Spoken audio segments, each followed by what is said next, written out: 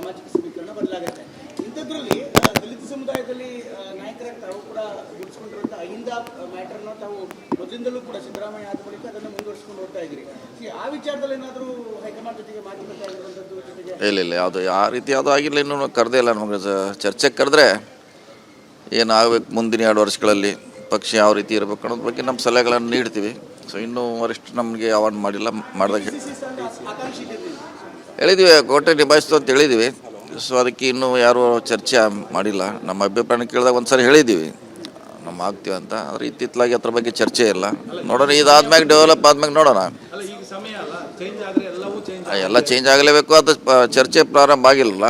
ಆದರೆ ಅದ್ರ ಬಗ್ಗೆ ನಮ್ಮ ಅಭಿಪ್ರಾಯನ ಹೇಳ್ತೀವಿ. ಹೊಸ ಸಂಪುಟದಲ್ಲಿ ನೀವು DCM ಆಗೋದಕ್ಕೆ ಕರೆ ಬಂದರೆ ಅವಕಾಶ ಇದ್ದರೆ?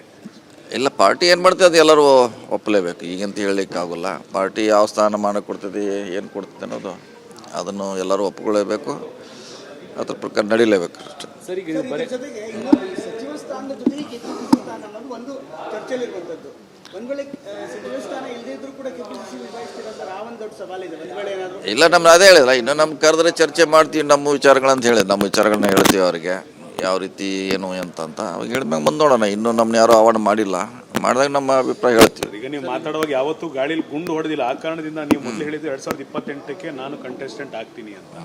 ಈ ಸಂದರ್ಭದಲ್ಲಿ ನನಗೇನು ಬೇಡ ಅಂತ ಕೂಡ ಹೇಳಿದ್ವಿ.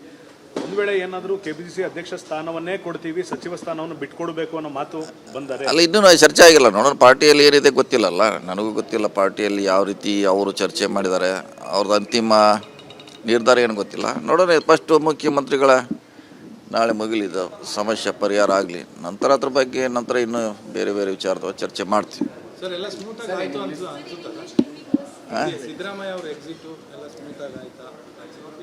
ನಾಳೆ ಗೊತ್ತಾಗೋದಿಲ್ಲ ಅದು. ನಾಳೆ ಬೆಳಗ್ಗೆ ಇಲ್ಲ ಇವೆಲ್ಲ ಅಸಮಾನ ಗೊಂದಲ ನಾಳೆ ಬ್ರೇಕ್ಫಾಸ್ಟ್ನಲ್ಲಿ ಪರಿಹಾರ ಆಗುತ್ತೆ. ಅಲ್ಲಿಗೆ ವೇಟ್ ಮಾಡೋಣ.